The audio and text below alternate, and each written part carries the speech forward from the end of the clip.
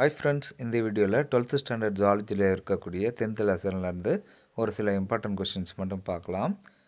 மனித ஆல்ஃபா லாக்டால்புமின் எதில் காணப்படுகிறது அப்படின்னு பார்த்தோம்னா தாய்ப்பாலில் உள்ள புரதங்களில் காணப்படுகிறது. இவை எத்தனை பர்சன்டேஜ் இருக்குது அப்படின்னு பார்த்தோம்னா தாய்ப்பாலில் உள்ள புரதங்களில் ஆல்ஃபா லாக்டால்புமின் எத்தனை பர்சன்டேஜ் காணப்படுகிறதுன்னு பார்த்தோம்னா 25% காணப்படுகிறது.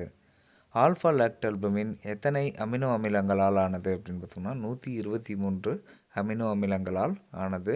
இது எத்தனை டைசல்ஃபைடு பாண்ட் இருக்கும் அப்படின்னு பார்த்தீங்கன்னா 4 டைசல்ஃபைடு பாண்ட் இருக்கும். நெக்ஸ்ட் கொஷின், ஆல்ஃபா லாக்டால்புமின் எவ்வளவு மூலக்கூறு எடை கொண்டது அப்படின்னு பார்த்தோம்னா 14,178 டால்டன் மூலக்கூறு எடை கொண்டது.